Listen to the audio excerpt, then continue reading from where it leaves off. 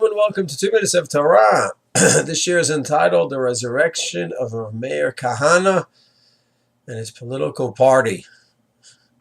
So the news recently that Meir ZT, led by followers of Meir Kahana, students of Meir Kahana, that there's a good chance they're going to get into the Knesset. They join with a Beit Yehudi. Brings up a lot of issues over here. Many people don't even know who Meir Kahana was.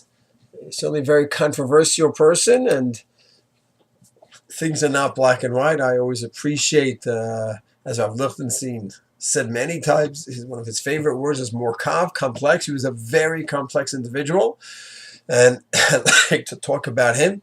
Does it mean that every single thing that he said and did I agree with? No. How many people are like that in the world? Satmar Rebbe was a giant of a person too, and certainly his position on the state of Israel is just something that cannot enter my head.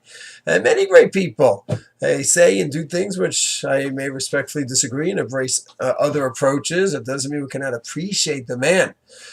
So I think it's important. Meir Kahana was killed in 1988. He was assassinated by a Muslim in Manhattan. It's 30 years. So the young generation maybe have heard about him, maybe not. And may not know much about him at all. And many of us who were alive during his time may not really know who he was, the man, the complexity, his opinions, what people say about him, what he really meant and held. So it's important. So I thought it'd be appropriate to have a series, a few shiurim, about the man, his positions, who he was. So he grew up, and already in the 60s, he was a budding Talmud Chacham, learned in Chaim Berlin, and he saw there was a problem, there was a crisis. Not here in Eretz Yisrael, he was in the States. He said that, you know what, the Jews already came to America a few decades earlier. They started coming in mass from Europe, and as Jews move along, whenever they land, so they come and they live in some cheap places in the Lower East Side, East Flatbush, Mattapan, but nice Jewish communities in Boston. And then as generations go on, the next generation of Jews get wealthier and they earn more money, which we somehow as a group, we're pretty good at that. And we just land and somehow keep building ourselves up, which might have advantages. Sometimes we may get too caught up in our with the physical lives, but that's another discussion. But there was a major price that was paid for this. Rav Kahana saw that as areas were changing in East Flatbush, in Brooklyn, Mattapan, Boston, and other areas, he said the elderly Jews, the Bronx, were left behind. For whatever reason, the children moved out. They didn't have children, whatever the case may be.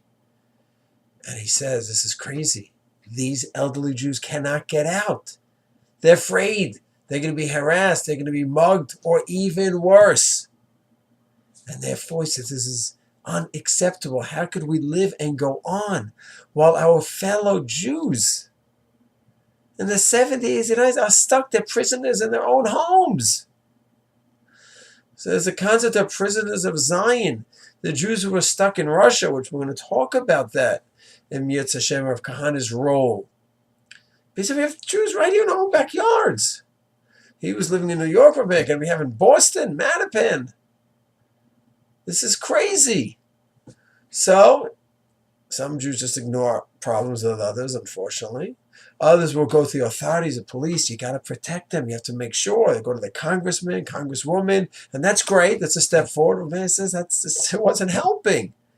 We have Jews who are afraid to go out. So he just had a different approach, which was what? We need to create a crime-free area where our fellow Jews can go and shop and live. And he started training his boys, Kahana's boys, to be able to defend themselves and to be able to stop people from harassing the Jews.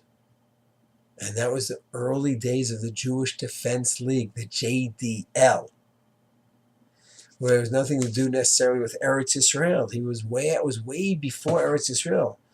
Here was just a Jewish cause to defend fellow Jews And he was unbelievable. He instilled fear in the local gangs in these areas. And they made it clear, don't touch another Jew. You're going to pay a price. And he actually brought life back to this poor elderly Jews, so they'd be able to finish off their lives in dignity and function. So this is the early days. Rav Kahana was developing as a major Talmid Chacham. Read his writings. He was holding Tanakh, Midrashim, Shas. Unbelievable. He could have really kept soaring in that area. But he said, there's a tzorach.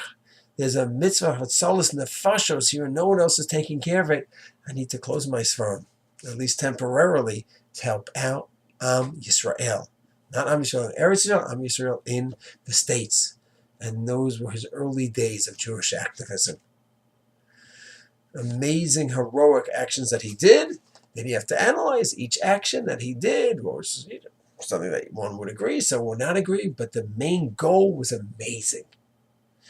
To go ahead and care for every fellow Jew and do whatever is needed to make sure that they could function. These are the early years of Meir Kahana, and Mitzvah Hashem will continue in the next year.